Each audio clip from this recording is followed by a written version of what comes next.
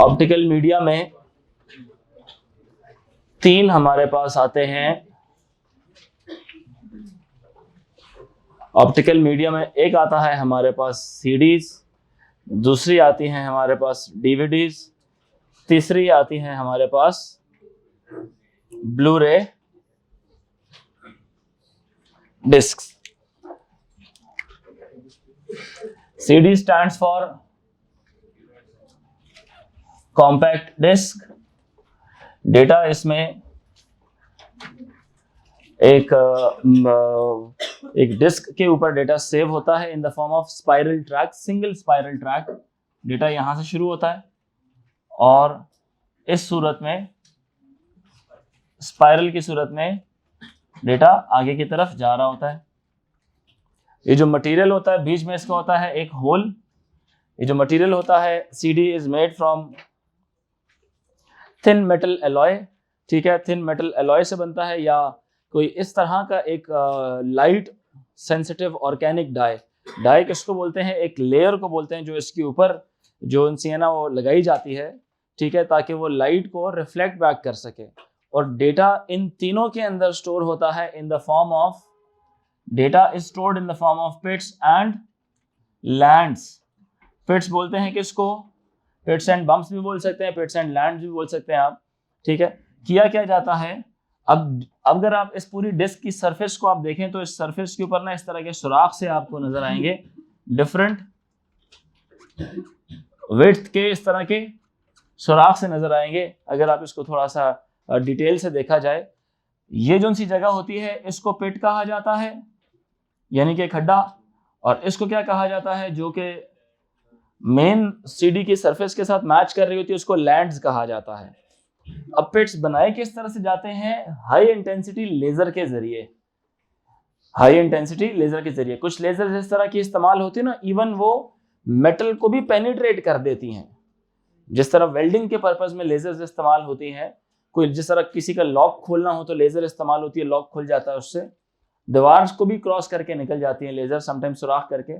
तो अच्छा इसमें वो वाली लेजर तो नहीं लगती, लेकिन एक मिसाल दे रहा हूँ। तो इसमें एक हाई इंटेंसिटी चल रहा है सारा, हाई इंटेंसिटी लेजर इसमें इस्तेमाल होती है ताकि एक जो प्योर या इनिशियल सरफेस है आपकी CD की, उसके ऊपर पिट्स बनाए जा सके, सुराख किए जा सके उसके ऊपर, ताकि उस पिट्स को डिफरेंटली ट्रीट किया जाए, डिफरेंटली रीड किया जाए, लैंड्स को डिफरेंटली रीड किया जाए। अब ये एक टेक्निक थी उनके जहन में कि हम ऐसे भी कर सकते हैं।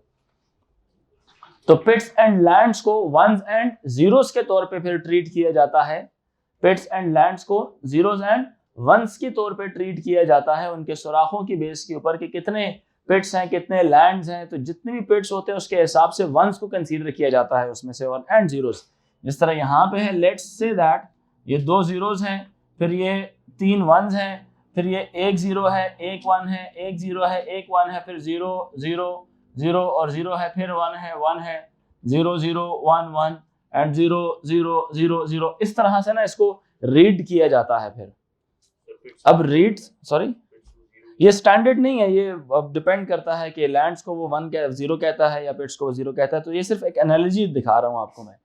अब इसको कंप्यूटर किस तरह से रीड करता है डेटा को, ये दोनों जो सी हैं ये भी रेड लेजर इस्तेमाल करती है और ये वाली भी रेड लेजर इस्तेमाल करती है। दोनों की वेवलेंथ में थोड़ा सा फर्क है। CD के अंदर सिंगल लेयर इस्तेमाल होती है, उसमें एक ही स्पाइरल ट्रैक होता है, डेटा स्टार्ट होता है पहले पॉइंट से और एंड वाले पॉइंट तक जाता रहता है। Small backups, music files, picture का बैकअप्स, वो जो सा हम CDs के अंदर, या मूवी होगी एक छोटी, वो हम CD के अंदर जाके स्टोर करते हैं। सिंगल लेयर होती है इसकी। पिट्स एंड लैंड का जो साइज है, वो पिट्स एंड लैंड्स का size as compare to DVD थोड़ा सा बड़ा होता है। DVD में पिट्स एंड लैंड्स का साइज छोटा होता है। छोटे होने की वजह से DVD के अंदर जो उसकी कैपेसिटी है, स्टोरेज कैपेसिटी, वो थोड़ी ज्यादा होती है।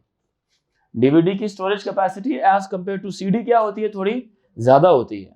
बात समझ आ रही है कि नहीं?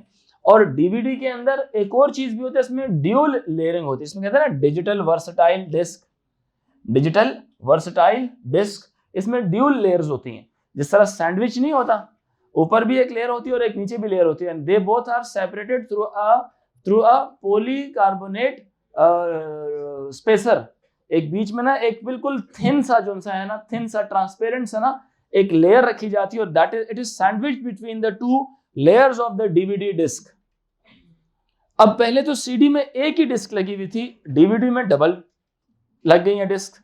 सीडी के अंदर जो पेट्स एंड लैंड्स का साइज था, डीवीडी के अंदर relatively the size of pets and lands is what, smaller. उससे क्या होता है, मेमोरी साइज बढ़ जाती है, ज्यादा वंस एंड जीरोस स्टोर किए जा सकते हैं।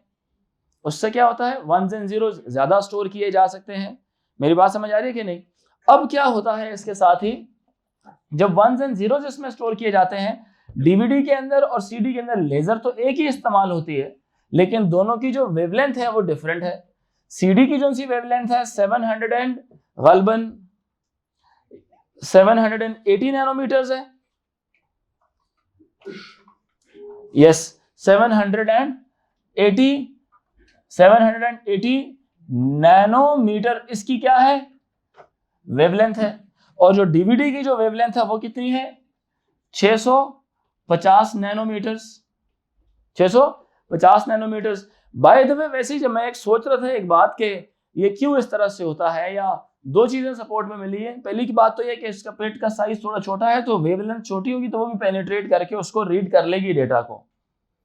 डेटा रीड करने के लिए लो इंटेंसिटी लेजर इस्तेमाल होती है और डेटा राइट करने के लिए हाई इंटेंसिटी लेजर इस्तेमाल होती है। बिकॉज हाई इंटेंसिटी लेजर आपकी जो डिस्क का जो टॉप सरफेस है, जो टॉप लेयर है, उसमें ज्यादा स्क्रैचेस ले आएगी, क्योंकि हाई इंटेंसिटी लेजर हमेशा सुराख कर देती है चीज के अंदर। बात समझ आ रही है कि नहीं? जिस तरह अक्सर आंखों का ऑपरेशन होता है तो डॉक्टर लेजर के साथ ट्रीटमेंट कराता है। समटाइम जो आपके आंख के जो नर्व सेल्स होते हैं वो एक दूसरे के साथ चिपके हुए होते हैं, वो मूवमेंट नहीं कर रहे होते। जब वो सेल्स एक दूसरे के साथ, नर्व सेल्स एक दूसरे के साथ जब चिपकते हैं तो वो लेजर से जो है ना उसका ट्रीटमेंट करते हैं, लेजर से उसको ब्रेक करते हैं, लेजर से ब्रेक करते हैं ताकि मसल्स जो है ना दोबारा क्या हो जाए, एक्टिवेट हो जाएं। फिर इंसान जिसको एनके लगी हुई होती है वो एनके भी उसकी क्या होती है, उतर जाती है और वो ठीक तरह से देखने लग जाता है।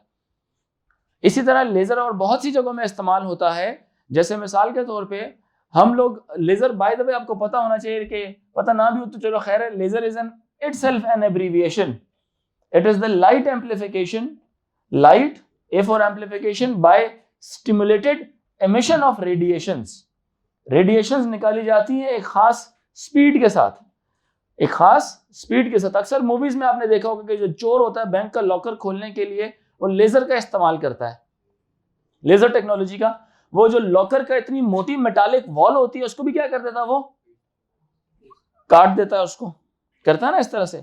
बिकॉज लेजर की एक अपनी इंटेंसिटी बहुत ज्यादा होती है, तो इसमें ना उस तरह की लेजर इस्तेमाल की जाती है कि जो आपकी उसके अंदर सुराख कर सके, मतलब पूरा ऐसे ही सुराख ना कर सके कि सी थ्रू हो जाए, मतलब क्रॉस गुजर जाए तो सीडी के अंदर सुराख आ जाएंगे बहुत ज्यादा सारे। क्या ख्याल है? ऐसी लेजर इस्तेमाल की जाती है स्लाइटली हाई इंटेंसिटी, और लो इंटेंसिटी लेजर से डेटा को रीड किया जा रहा होता है। बात समझ आ रही है कि नहीं? डेटा अगर आपने आगे का कोई डेटा ढूंढना तो आपको फास्ट फॉरवर्ड करना पड़ेगा। इसमें एंड वाली मूवी तक या एंड वाले पॉइंट तक पहुंचने के लिए पहले पूरा स्टार्टिंग वाला वो स्पाइरल ट्रैक मुकम्मल होगा, तब एंड वाली आपको सीन समझ आएगा या सीन की तरफ आप जा सकेंगे। इसलिए सीडी और डीवीडी को फास्ट फॉरवर्ड करना पड़ता है एक certain point in the storage पहुंचने के लिए। ठीक है ये बात कि नहीं? वैसे एक बात है, V is equal to F lambda हमारा क्या है, एक अदद फॉर्मूला है कि नहीं? ये फॉर्मूला समझ आ रही है कि नहीं आ रही? अब अगर ये स्पीड ऑफ लाइट की बात की जाए, V is equal to F lambda physics का एक फिनोमेना है, एक फॉर्मूला है। V is velocity, F is frequency and lambda is wavelength of the wave, it is the wavelength. अब अगर लाइट की बात की जाए, किसकी बात की जाए, लाइट इंटेंसिटी की बात की जाए, लाइट तो दोनों के लिए कॉमन होगी, सीडी के लिए भी और डीवीडी के लिए भी, बिकॉज उसकी वेलोसिटी 3 × 10⁸ मीटर पर सेकेंड है। ठीक है, तो जब इसको लैम्डा को मैं दूसरी तरफ लेके आता हूं तो ये हो जाएगा V/λ is equals to F हो जाएगा। V क्या है, कांस्टेंट है, V क्या है, कांस्टेंट है, तो हम इसको कह सकते हैं कि नहीं, फ्रीक्वेंसी और जो लैम्डा है वो दोनों एक दूसरे के इनवर्स प्रोपोर्शन है, वो दोनों एक दूसरे के क्या है, इनवर्स प्रोपोर्शन, क्योंकि दोनों में लाइट की स्पीड तो कांस्टेंट है, तो V जो सा है वो एज अ कांस्टेंट ट्रीट किया जा रहा है। तो जब हम डेटा की फ्रीक्वेंसी देखेंगे, how much data DVD can store, इसकी वेवलेंथ कम है तो फ्रीक्वेंसी नेचुरली क्या होगी, इसकी ज्यादा होगी। वेवलेंथ कम है तो फ्रीक्वेंसी क्या होगी इसकी ज्यादा, इसकी वेवलेंथ ज्यादा है तो इसकी फ्रीक्वेंसी रिलेटिवली क्या होगी कम। इसी तरह से जब आप ब्लू रे की बात करते हैं तो ब्लू रे की जो सी है वो है 400 तो मेरा ख्याल है कोई 5 नैनोमीटर 405 नैनोमीटर, तो इसकी वेवलेंथ उनसे भी बहुत ज्यादा कम है, तो इसकी जो फ्रीक्वेंसी होगी और भी क्या होगी ज्यादा होगी। और ये ब्लू लेजर इस्तेमाल करता है, कौन सी लेजर, ब्लू लेजर इस्तेमाल करता है, बिकॉज 405 नैनोमीटर की जो सी रेंज है वेवलेंथ की वो ब्लू लेजर के साथ ही आती है। तो इसका जो साइज है इसका पिट्स एंड लैंड्स का साइज और भी छोटा होता है, और भी छोटा होता है। तो कहा यह जाता है कि जो डीवीडी है, जिस तरह आपके टेक्स्ट में लिखा हुआ है, डीवीडी क्या कर सकती है, 2 घंटे की एक अच्छी क्वालिटी की वीडियो जो है ना वो स्टोर करवा सकती है। और ये जो है ना ये 12-13 घंटे की अच्छी क्वालिटी की वीडियो स्टोर करा सकता है, और हाई डेंसिटी वीडियो 4 घंटे की स्टोर करवा सकता है। समझ आ रही बात है कि नहीं। तो इसकी स्टोरेज कैपेसिटी बहुत ज्यादा है। और ब्लू रे के अंदर एक इस तरह का इंक्रिप्शन एल्गोरिथम आता है कि ये डेटा प्राइवेसी को भी सपोर्ट करता है, बिकॉज आप इसका ये पासवर्ड प्रोटेक्टेड डेटा को भी अपने पास रखता है कि आपने एक सर्टेन डेटा को एक्सेस करना है तो आप पासवर्ड एंटर करेंगे तब आप डीवीडी को, इस ब्लू रे को जो डेटा है उसको एक्सेस कर पाएंगे। It comes with an encryption protocol that allows data to be safe, so that only the person who has the decryption key can only understand what is the data that is stored in Blu-ray. और Blu-ray के अंदर अब क्या है, Blu-ray की भी dual layering आई हुई है। जिस तरह डीवीडी के अंदर क्या होता है 0.6 मिलीमीटर की सिंगल 0.6 मिलीमीटर की एक thickness 0.6 millimetre thick single layer होती है इसकी। कितनी लेयर, सिंगल लेयर। तो ब्लू-रे में कितनी लेयर्स होती हैं, सॉरी डीवीडी में कितनी लेयर्स होती हैं, 2 लेयर्स होती हैं, 0.6 मिलीमीटर की एक और 0.6 मिलीमीटर की दूसरी लेयर। आपको पता है 0.6 मिलीमीटर कितना होता है, 1 सेंटीमीटर को आप 10 हिस्सों में काटे तो जो सबसे छोटी कैलिब्रेशन आती है वो 1 मिलीमीटर होता है। तो उस 1 मिलीमीटर का ऑलमोस्ट हाफ वो एक लेयर उसकी डीवीडी की बनेगी, और एक लेयर ऊपर वाली और एक लेयर नीचे वाली, उन दोनों को एक दूसरे के साथ क्या किया जाता है, सैंडविच किया जाता है with the help of a transparent spacer उसके बीच में, ताकि, और इसी तरह जब डेटा रीड भी किया जाएगा, जिस तरह अगर एक लेयर ऊपर है ये आ गया स्पेसर और एक लेयर आ गई नीचे। अब जब डेटा इसके ऊपर पड़ता है यहां से डेटा तो ठीक तरह से रीड हो जाता है क्योंकि डेटा यहाँ पे आ रहा है और यहाँ से रिफ्लेक्ट बैक होके वापस जा रहा है। तो जो डेटा यहाँ पे नजर आएगा या यहाँ पे नजर आएगा वो तो जो रिसीवर है वो उसको रीड कर लेगा। ये आगे कौन सी लेयर है, ये आगे फर्स्ट लेयर और ये आगे कौन सी वाली लेयर, सेकंड। और ये क्या चीज है बीच में, जिसने इन दोनों को एक दूसरे से सेपरेट किया हुआ है यानी चिपकाया हुआ है। लेकिन जब आप डेटा को रीड करते हैं, अब ये वाला ऊपर वाला मीडियम कोई और है, नीचे वाला मीडियम कोई और है। बात समझ आ रही है कि नहीं, ये वाला मीडियम कोई और है। तो ये क्या करती है, टेक्निकली तो इसको यहां पे आना चाहिए था, लेकिन ये क्या करती है, थोड़ा सा बेंड हो जाती है। This is the phenomena of light. Whenever light changes it's medium, जब किसी दूसरे मीडियम में लाइट जाती है तो उसका पाथवे क्या हो जाता है, तब्दील। ये ऐसे फिनोमिना देखा जा सकता है कि अगर आप एक कांच के गिलास में पेंसिल रखें, एक कांच के गिलास में आप पेंसिल रखें तो आपको नजर, आपकी पेंसिल थोड़ा सा टेढ़ी होकर नजर, टूटी हुई नजर आएगी कि असल में वो कहीं और से निकल रही है और पानी में किसी और तरफ उसका इमेज नजर आ रहा होगा। यह कॉइन की मिसाल है। कॉइन जब पानी में पड़ा होगा, आप अपनी उंगली डालेंगे तो आपको हाथ भी थोड़ा कटा हुआ नजर आएगा कि आपका हाथ उस तरफ है लेकिन इमेज आपको लेफ्ट साइड से नजर आ रहा है। होता है ना इस तरह से, रिफ्रैक्शन का फिनोमेना होता है वो। रिफ्रैक्शन किसको बोलते हैं, रिफ्लेक्शन नहीं। रिफ्लेक्शन तो bouncing back of the light after touching a surface. समझ आ रही कि नहीं, एक सरफेस को टच करने के बाद जो लाइट का रिफ्लेक्ट बैक होना है उसको रिफ्लेक्शन बोलते हैं ना, बाउंस बैक करना। लेकिन अगर पेनिट्रेट करके मीडियम तब्दील करना उसका नाम होता है रिफ्रैक्शन। क्या नाम होता है, रिफ्रैक्शन। रिफ्रैक्शन क्या होता है, लाइटर मीडियम होता है और कुछ डेंसर मीडियम्स होते हैं। पानी डेंस है और हवा क्या है, लाइटर मीडियम है। तो जब कभी भी आपका जो लाइट है it goes from lighter medium to the denser medium, it always bends towards the perpendicular that is drawn on the point of interaction, normal जिसको कहा जाता है। यानी कि आपकी फिजिक्स की दुनिया में नॉर्मल कहा जाता है। यानी अगर मैं यहाँ पे एक नॉर्मल बनाऊं तो नॉर्मल कैसा बनेगा, आपकी सरफेस के साथ परपेंडिकुलर का एक परपेंडिकुलर लाइन। समझ आ रही है कि नहीं? अब ये जो ब्लू लाइन है इसको टेक्निकली यहां पर आना चाहिए था ना, अपनी लाइन को स्ट्रेट पास करते हुए, लेकिन ये यहां पे नहीं आएगी, ये थोड़ा सा नॉर्मल की तरफ क्या हो जाएगी, बेंड कर जाएगी। बेंड करना बोलते हैं इसको। समझ आ रही बात है कि नहीं? तो जब इसका बेंडिंग होगी तो ये वो वाला डेटा नहीं पिक कर सकेगा जो इसको करना चाहिए था। मतलब डेटा यहां वाला डेटा अगर पिक करना था तो ये वाला नहीं पिक होगा, वो थोड़ा सा इस तरफ बेंड होगी और यहां से फिर दोबारा किधर आएगी। अब फिर दोबारा मीडियम चेंज हो रहा है, जब मीडियम फिर चेंज होगा तो again it will be reflected away from the medium, away from the normal. ये जो मैंने डॉटेड लाइन बनाई है ना ग्रीन सी, इसको क्या कहा जाता है आपकी रिफ्लेक्शन की दुनिया में, नॉर्मल कहा जाता है। ये कंप्यूटर का काम नहीं है, फिजिक्स का काम है, आप पढ़ लेंगे बाद में। कंप्यूटर का काम नहीं है फिजिक्स का, बट वैसे समझा रहा हूं। अब चूंकि डेटा तो गलत रीड हो जाएगा, डीवीडी के अंदर डेटा कैसा रीड हो जाएगा, गलत रीड हो जाएगा, क्योंकि रीड इसको ये वाला डेटा करना चाहिए था। लाइट वहां से आ रही है टेक्निकली सेकंड लेयर के लिए, लेकिन यहाँ पे वो सेकंड लेयर से डेटा नहीं पिक होता, सेकंड लेयर की किसी और जगह से डेटा पिक हो जाता है। इस फिनोमेना को बोलते हैं बायरफ्रिंजेंस, BIREFRINGES, बायरफ्रिंजेंस।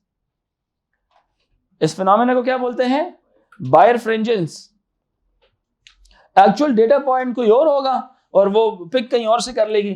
ये जो सी जगह है ये आपका है फर्स्ट लेयर, और ये जगह है आपकी, ये है आपकी सेकेंड लेयर। और ये वाला कौन सा पॉइंट है, एक्चुअल, और ये वाला कौन सा वाला पॉइंट है, फॉल्स पॉइंट। एक्चुअल पॉइंट, दूसरा वाला कौन सा वाला है, फॉल्स पॉइंट। तो अब कभी अगर दूसरे फॉल्स पॉइंट से डेटा को पिक कर लिया जाए तो वो एक एरर कॉज होता है या रॉन्ग डेटा पिक कर लिया जाता है। तो इसलिए फिर कंप्यूटर या इसको किस तरह से मैनेज करता है, वो अपनी डीवीडी के एंगल्स को, जो लाइट रिफ्लेक्ट कर रही है, जो लाइट इंसिडेंट है सरफेस के ऊपर, उसका एंगल पहले से ही इतना डेटा रखती है ताकि अंदर बेंड होकर वो ठीक जगह से डेटा को क्या कर ले, पिक कर ले। ठीक है बात कि नहीं? सो जब हम इसकी बात करते हैं, सिंपल CD की बात करते हैं, तो आई होप CD का आप लोगों को समझ आ गया। Data is stored in a single spiral track which runs from centre to the boundary to the end of the track. As भी बोल सकते हैं आप इसको। समझ आ रही है कि नहीं? अब लैंड्स को वंस दिया जाता है और पिट्स को जीरोस दिया जाता है। Data is stored in the form of pits and lands on spiral track. Red laser इस्तेमाल होती है। और इसी तरह से CD के अंदर भी कैटेगरीज होती हैं। एक होती है CDR और एक होती है CDRW। देखा हुआ है कि नहीं? CD के ऊपर डेटा राइट कराने के लिए स्पेशल हार्डवेयर इस्तेमाल होता है। क्या इस्तेमाल होता है? Special hardware. क्योंकि हाई इंटेंसिटी लेजर मेरे लैपटॉप में तो नहीं है, मेरे कंप्यूटर में तो नहीं है, उसके लिए अलग एक गैजेट लगता है कि जिसमें आप अपने कंप्यूटर में जो भी सॉफ्टवेयर होगा, तस्वीरें होंगी, वो वंस एंड जीरोस में कन्वर्ट हो गए CD के अंदर स्टोर की जाएगी। अब पहले होता था जो CPUs होते थे उसके साथ वो लोग CD राइटर भी लगाते थे कि जब आप CD इंसर्ट करते थे CD प्लेयर के अंदर तो वो खुद ही उसके अंदर डेटा को स्टोर भी कराती थी वो। समझ आ रही बात है कि नहीं?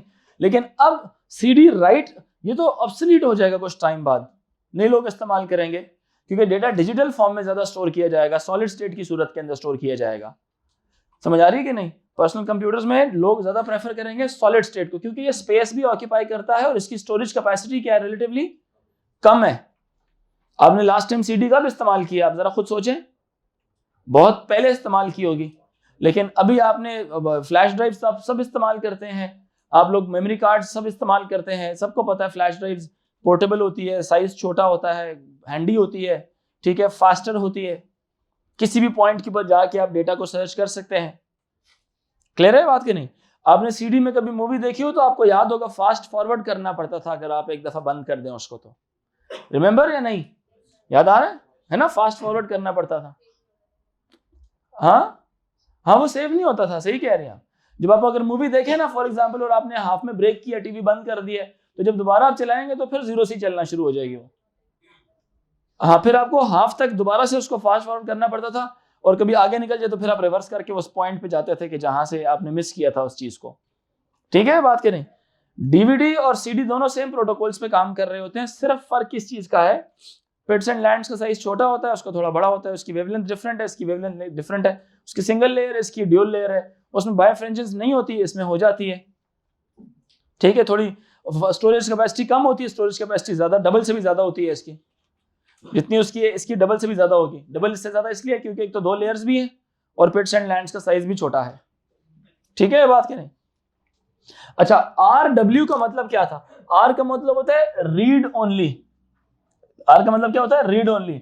मतलब CDR इज द वन जिसको सिर्फ एक दफा आप उस पर डेटा राइट करेंगे और बाकी हर दफा उसमें से सिर्फ डेटा को रीड करेंगे। क्या करेंगे? रीड करेंगे। जैसे नहीं होता पहले, आई डोंट नो आपको याद है या नहीं याद है, पहले डीवीडी की शॉप्स हुआ करती थी, सीडीज की शॉप हुआ करती थी। Do you remember? याद, सीडी मेला याद आ रहा है कि नहीं? हाँ, अभी भी है। अभी तो फिलहाल गेम्स के लिए लोगों ने उस चीज को कह लें कि सिर्फ रख लिया, लेकिन डू यू रिमेंबर जब नई मूवीज आती थी उसकी सीडीज और डीवीडीज आप लेते थे और डीवीडी प्लेयर में उसको देखते थे? याद आ रहा है कि नहीं? You guys remember those times, but in near future when I will be teaching this thing to the kids, that the one जो अभी बड़े हो रहे हैं, जो 7 वाली क्लास के प्री ओ लेवल्स वाले, वो तो कहेंगे हमें तो याद ही नहीं है, क्योंकि उनको जब तक उनके अंदर होश आया था तब तक तो सीडीज तो नहीं थी ना, सॉलिड स्टेट ने उनको रिप्लेस कर दिया था, हार्ड डिस्क ड्राइव ने रिप्लेस कर दिया था। आप लोगों को तो एक्सपीरियंस इसलिए क्योंकि ये वो उस एवोल्यूशन वाले टाइम से आप गुजरे हुए हैं, जब मूवी देखने के लिए सीडी खरीदते थे या सीडी खरीद के आप डीवीडी अच्छी क्वालिटी वाली नजर आती थी, वीडियो डीवीडी ज्यादा महंगी होती थी ना, क्वालिटी उसकी अच्छी होती थी, ऐसे ही कि नहीं? और ब्लू रे तब लेते थे जब कोई बहुत ही ब्लॉकबस्टर मूवी आती थी तो पैसे ज्यादा होते थे, 1500 रुपए की वो मिलती थी, है ना? ब्लू रे 1500 की, 2000 की, जितने की मिलती थी। सीडी सबसे सस्ती होती थी क्योंकि इसकी क्वालिटी इतनी कोई खास नहीं होती थी। कार्टून्स इससे सीडी में देखा करते थे मोस्टली बच्चे। ठीक है चीज के नहीं? तो ये आहिस्ते आहिस्ते चीजें ऑब्सोलीट हो जाएंगी वक्त के साथ। तो R का मतलब होता है रीड ओनली, RW का मतलब होता है रीड भी कर सकते हैं, दोबारा राइट भी कर सकते हैं, डेटा डिलीट करके दोबारा राइट कर सकते हैं, लेकिन not always, certain number of times read and right आप कर सकते हैं। राइट का मतलब क्या है? पुरानी डेटा को डिलीट करके नया डेटा उसके ऊपर आप डाल दें। ठीक है कि नहीं? और आपको याद है कि नहीं, जब बहुत दफा आप सीडी इस्तेमाल कर लेते थे तो उसके ऊपर स्क्रैचेस आते थे, तो स्क्रैचेस की वजह से आपकी मूवी रुकती थी बार बार।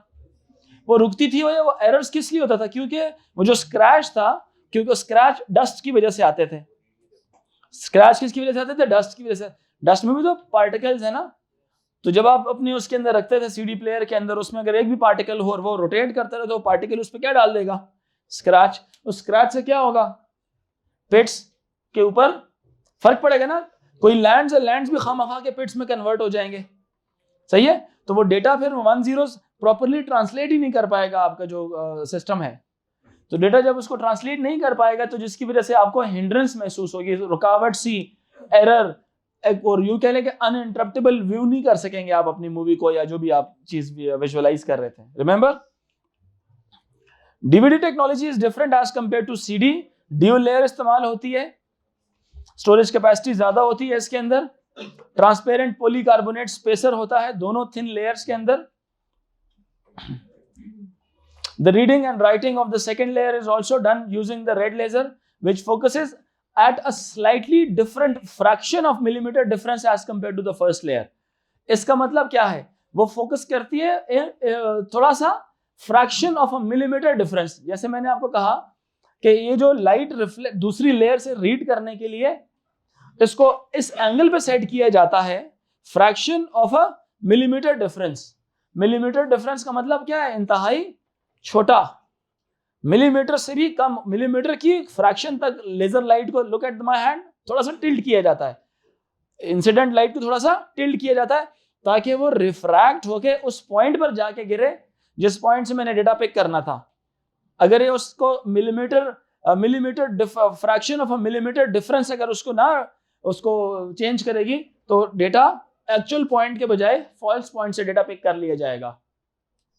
एक्चुअल पॉइंट के बजाय फॉल्स पॉइंट से पिक कर लिया जाएगा। तो एक्चुअल पॉइंट में अगर डेटा आपने पिक करना है, और ये तो लाइट आ ही नहीं सकती क्योंकि ये लाइट का ये जो फिनोमेना है ये हमारे ऊपर बेस्ड नहीं है, ये उसकी एक अपनी प्रॉपर्टी है लाइट की, कि जब कभी भी वो लाइटर से डेंसर मीडियम की तरफ जाता है तो it bends towards the normal. समझ आ रही है कि नहीं? It bends towards the normal. इसी तरह से फिर उसको ना थोड़ा सा एक डिफरेंट एंगल के ऊपर इंसिडेंट किया जाता है, so that it can read the proper data from the second layer of the DVD. Single layer of DVD will store more data as compared to CD. It is just because, due to the size of the pits and lands, the width of the pits and lands as compared to the CD, wavelength इनकी different होती है. We have discussed about it. कोई सवाल है इसमें CD DVD में तो पूछें.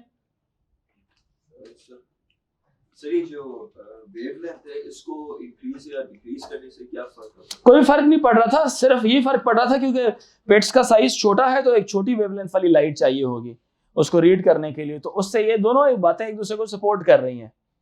कौन कौन सी बातें? पेट्स का साइज और वेवलेंथ कम. बड़ी वेवलेंथ इस्तेमाल नहीं, छोटी वेवलेंथ इस्तेमाल करेंगे तो वो सारे का सारा डेटा रीड कर पाएगी, मैक्सिमम यूटिलाइजेशन की जा सकेगी उसकी. इसमें हमने लेजर को ऊपर से एंगल भी क्यों रखा हुआ है? अगर हम स्ट्रेट रखें तो फिर रिफ्रैक्शन नहीं होगी. किस तरह से? ऊपर से? Yes sir. नहीं, ऊपर से नहीं रखा जाता. ऊपर से फिर भी तो रिफ्लेक्ट वो होती है, क्या नाम है, जब लेजर पड़ती है तो अब या तो लेजर घूमती रहे उसके ऊपर गोल गोल, या तो डिस्क को घुमाते रहे. क्या ख्याल है? तो घूमती कौन है? कभी आपने चलते चलते डीवीडी को निकाला बाहर? डीवीडी क्या कर रही होती है? दायरा मुकम्मल कर रही होती है अपना. तो लाइट जो सी है ना वो अपनी जगह पे स्टैटिक रहती है, सिर्फ वो क्या करती है? रोटेट कर रही होती है. तो जो लेजर है ना वो अपनी किसी एक एंगल के ऊपर लाइट रखती है, उसके हिसाब से फिर उसको रीड बैक कर रही होती है ताकि वो पूरे जगह को लोकेट कर सके. जैसे नहीं होता था हार्ड डिस्क ड्राइव के अंदर वो रीड राइट हेड भी मूव करता था और ये भी मूव करती थी नहीं? तो इसी तरह से यहाँ पे भी लाइट जो सी है ना डिस्क रोटेट भी कर रही होती है और लाइट भी एंगल ऑफ रिफ्लेक्शन अपना तब्दील, एंगल ऑफ इंसिडेंस अपना तब्दील करती है. ठीक है. Digital versatile disc. Digital versatile disc. Digital versatile disc. दूसरा इसके बाद तीसरा आता है जी आपका, क्या नाम था इसका? ब्लू रे डिस्क. तीसरा कौन सा आ गया? ब्लू रे डिस्क. ब्लू रे का नाम से भी जाहिर रख सकते हैं, ये ब्लू लेजर इस्तेमाल करती है. पेट्स एंड लैंड्स का साइज कम होता है, 405 नैनोमीटर्स की वेवलेंथ इसकी होती है. रिलेटिवली जो है ना इसका जो स्टोरेज कैपेसिटी है उन दोनों से डीवीडी और सीडी से बहुत ज्यादा होती है. It comes with some additional encryption protocols. ठीक है. और यहाँ पे उसने लिखा हुआ भी है कि जी blue laser rather than red is used to carry out read and write operations. Wavelength of blue light is 405 nanometres. Pit and land छोटे होते हैं एज कंपेयर टू दूसरे के, जिसकी वजह से इसका साइज इंक्रीज कर जाता है. सिंगल लेयर ब्लू रे की जो विड्थ होती है 1.2 मिलीमीटर होती है और ड्यूल लेयर अगर ब्लू रे बनाई जाए तो 0.6 की पहली, 0.6 की दूसरी, तो वो भी स्टिल 1.2 मिलीमीटर थिकनेस की ही बनती है. पॉलीकार्बोनेट डिस्क होती है इसकी. ड्यूल लेयर ब्लू रे and normal DVD both use a sandwich of 0.6 millimeter thick discs. Blu-ray disc automatically come with secure encryption system that helps to prevent privacy and copyright infringements. जिसका data है वो उसी के साथ रहेगा. ठीक है. इंक्रिप्शन प्रोटोकॉल जिसमें फॉलो होते हैं, जिसके पास उसको अनलॉक करने की की होती है सिर्फ वही उसको अंडरस्टैंड कर सकता है, अदरवाइज दूसरा बंदा अंडरस्टैंड नहीं कर सकता. The data transfer rate for DVD is 10 megabits per second. For Blu-ray 36 megabits per second इसका ट्रांसफर रेट होता है. This equates to 1.5 hours to transfer 25 GB of data. मतलब ये भी अच्छा खासा ज्यादा है कि 1.5 आवर्स लगेंगे, मतलब थोड़ा सा डेटा ट्रांसफर करने के लिए 25 GB. ठीक है. नीचे उसने कुछ सिग्निफिकेंट कंपैरिजंस बना के लिखे हुए हैं डीवीडी के और ब्लू रे के. जिस तरह उसने कहा स्टैंडर्ड ड्यूल लेयर की जो सी स्टोरेज कैपेसिटी है 4.78 गीगाबाइट्स है. ठीक है. और जो सिंगल लेयर दूसरी है वो 27 स्टोर कर रही होती है. ठीक है. 27 गीगाबाइट्स. अगर और 27 gigabytes according to him is enough for 2 hours high density video या 13 hours good quality video, standard quality video जिसको आप कहते हैं. A dual layer Blu-ray disc has storage capacity of 50 gigabytes, enough to store 4.5 hours of high density. ये bracket में बातें, not necessary to learn them. Yes. Games भी तो कौन सी वाली, खेलने वाली, उसमें एल्गोरिथम्स होते होंगे, फिर उसमें एल्गोरिथम्स होते होंगे जो आपकी इनपुट की बेस के ऊपर कोई चीज डिटेक्ट करते हैं। जिस तरह अब इनपुट कौन सी वाली हो सकती है, वही इनपुट जिसमें फॉरवर्ड भी एक इनपुट है सीडी के लिए, बैकवर्ड भी एक इनपुट है सीडी के लिए, पॉज भी एक इनपुट है सीडी के लिए, प्ले भी एक इनपुट है सीडी के लिए। तो सर्टेन इनपुट्स इस तरह के हैं जो हमारा प्रोसेसर हमसे लेके तो उसकी बेस के ऊपर सीडी को ऑपरेट करवाता है। तो गेम्स में भी ऐसे ही हो सकते हैं, नंबर ऑफ इनपुट्स ज्यादा हो जाएंगी कि कब गोली मारनी है, कब रेस देनी है, कब राइट मुड़ना है, कब लेफ्ट मुड़ना है, उनको भी इसी तरह से एज इनपुट्स ट्रीट किया जा सकता है। उसमें फास्ट फॉरवर्ड नहीं हो सकता होगा जी।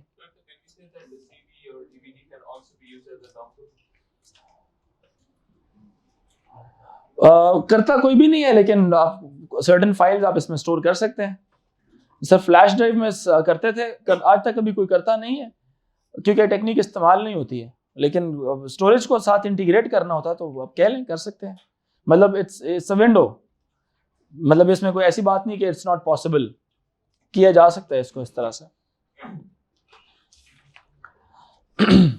ब्लू-रे का एक ये फायदा भी होता है, you can skip quickly to any part of the disc, you can skip quickly to any part of the disc. DVD and Blu-ray के अंदर, डीवीडी और सीडी के अंदर आप any part of the disc तक नहीं जा सकते, while in Blu-ray you can go to any part of the disc.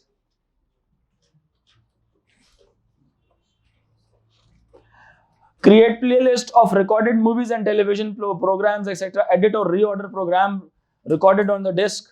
Blu-ray के अंदर जो भी अगर आपके डिस्क के प्रोग्राम्स आगे पीछे स्टोर किए हैं तो आप अपनी मर्जी से उनको, उनकी प्लेसमेंट्स आप चेंज कर सकते हैं। आगे इसका एक टेबल लिखा हुआ है एज अ कंपैरिजन, आगे एक टेबल लिखा हुआ है एज अ कंपैरिजन। एंड उसके बाद जो अगला टॉपिक आता है, it is of virtual memory. अगला टॉपिक आता है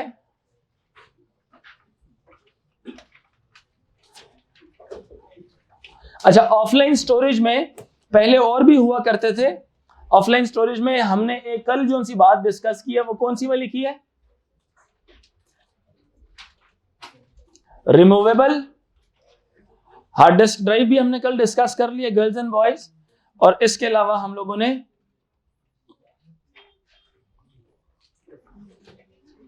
क्या पढ़ी, हम लोगों ने मेमोरी स्टिक या फ्लैश मेमोरी, ये पढ़ लिए कि नहीं? अच्छा, मेमोरी स्टिक और फ्लैश मेमोरी कौन सी वाली स्टेट में थी? ये थी सॉलिड स्टेट, ये वाली थी मैग्नेटिक, ये ऑफलाइन की कैटेगरी में आते हैं दोनों, ठीक है। और ऑप्टिकल मीडियम में ये तीन आते हैं, ठीक है, ऑप्टिकल मीडियम में तीन आते हैं। अब आते हैं concept of virtual memory. Virtual किसको कहते हैं?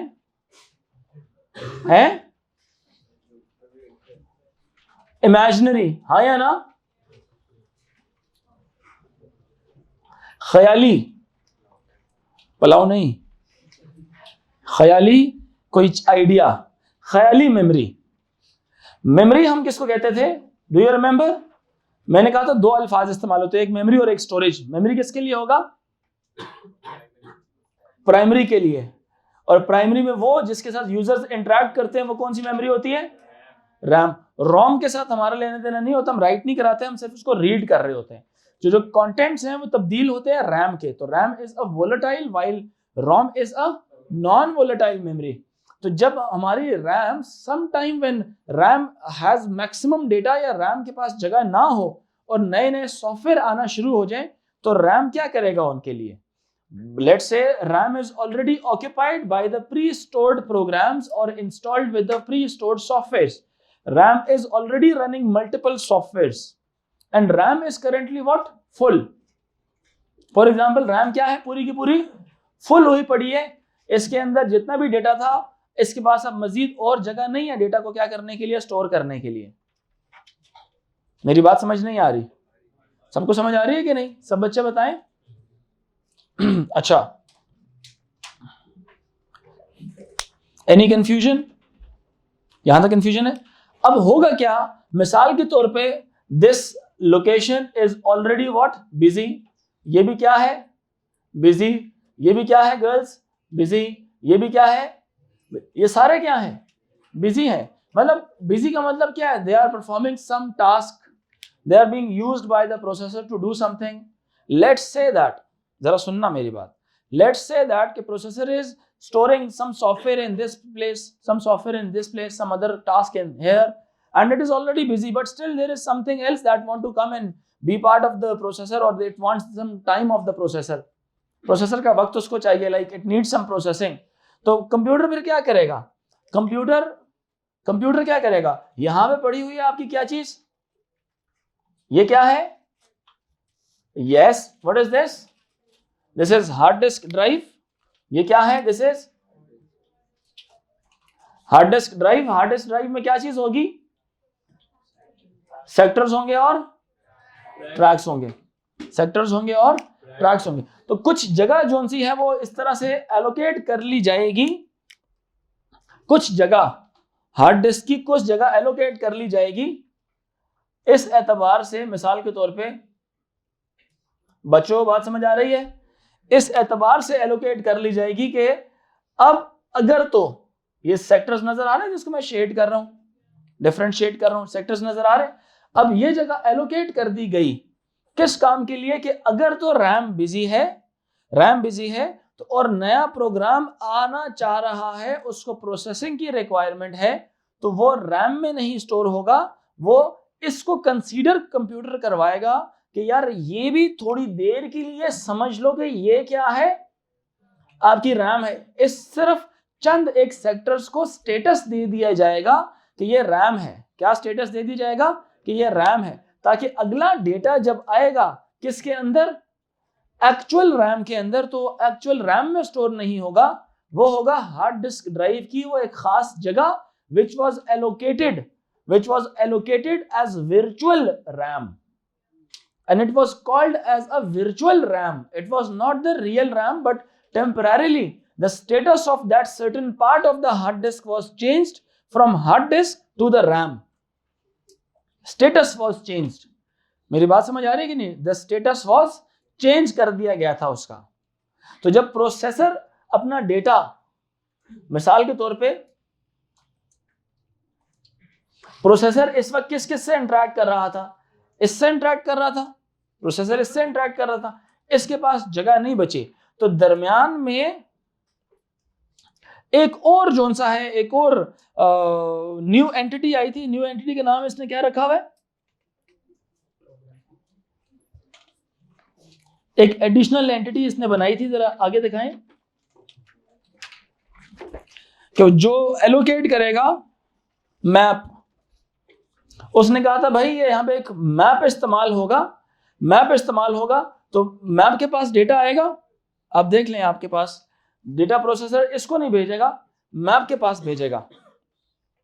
मैप का काम है कि वो यहां से डेटा रैम की तरफ लेके जाए, या यहां से डेटा किसकी तरफ लेके जाए?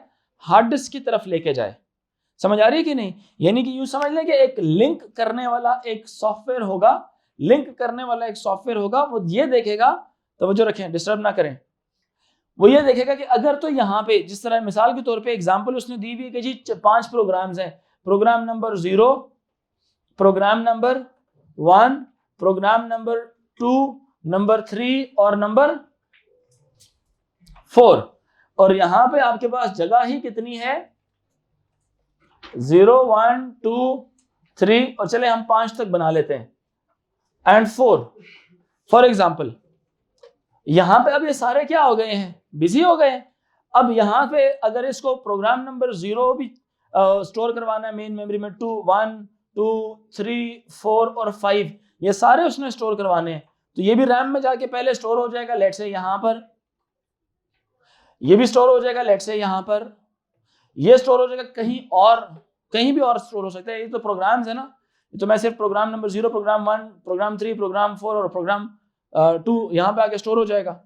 अब जब आखिरी वाले की बारी आएगी, इस बेचारे के लिए तो जगह ही नहीं बची, और रैम जो है अपने कंटेंट्स को डिलीट नहीं करना चाह रहा, तो इस प्रोग्राम को कहां पे स्टोर किया जाएगा? ये भी मैप के पास आएगा. मैप देखेगा कि सारे बिजी हो गए हैं, तो वो हार्ड डिस्क ड्राइव में जाके उसको स्टोर कर लेगा. और उस जगह को किसी भी जगह पे नहीं, एक खास जगह पे जाके store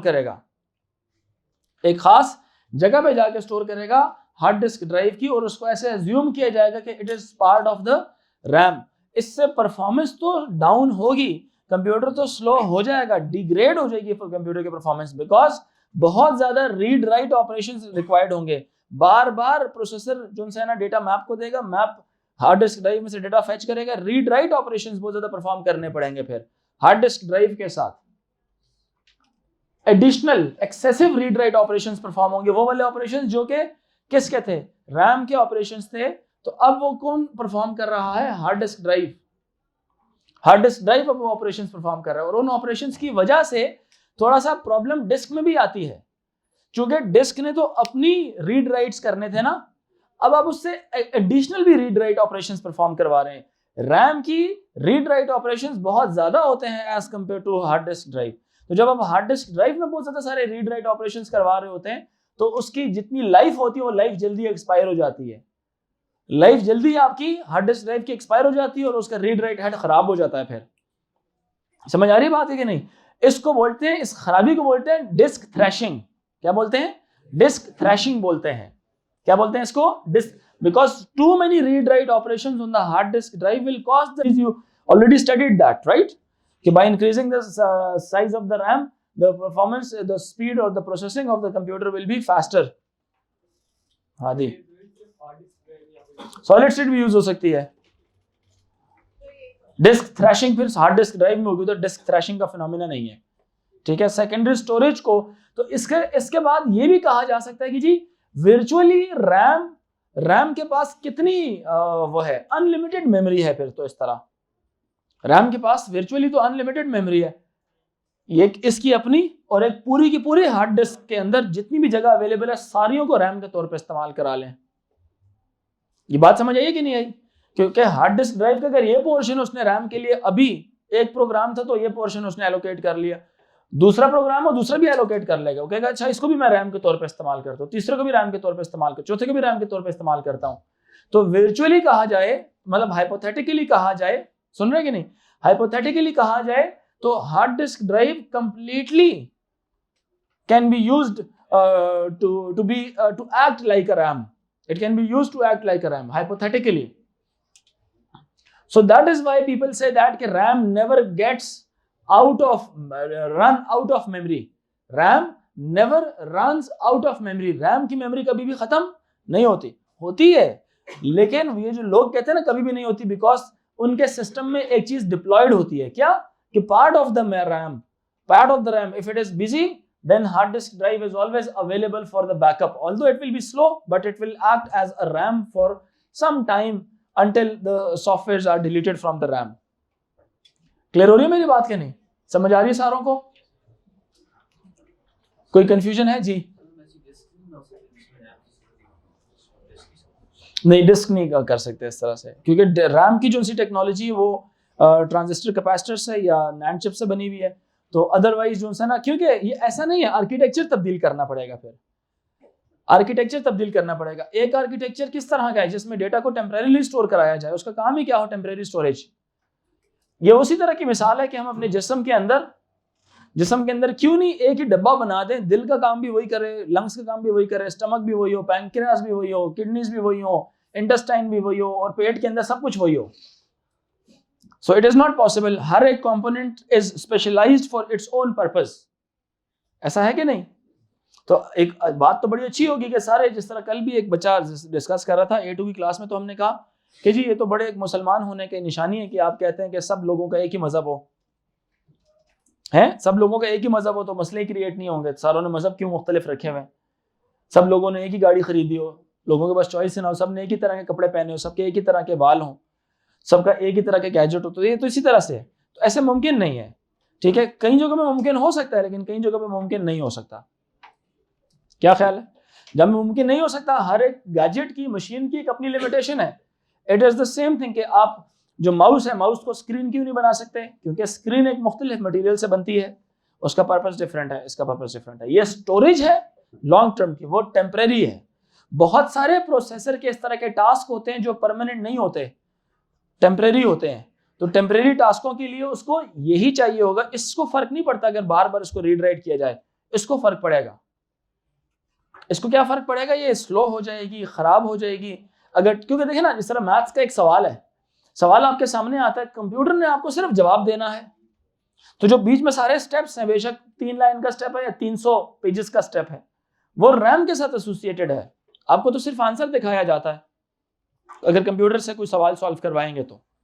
it's the same way as you are solving a mathematical problem and getting to a conclusion after 100 pages है, getting to a conclusion after so many different steps.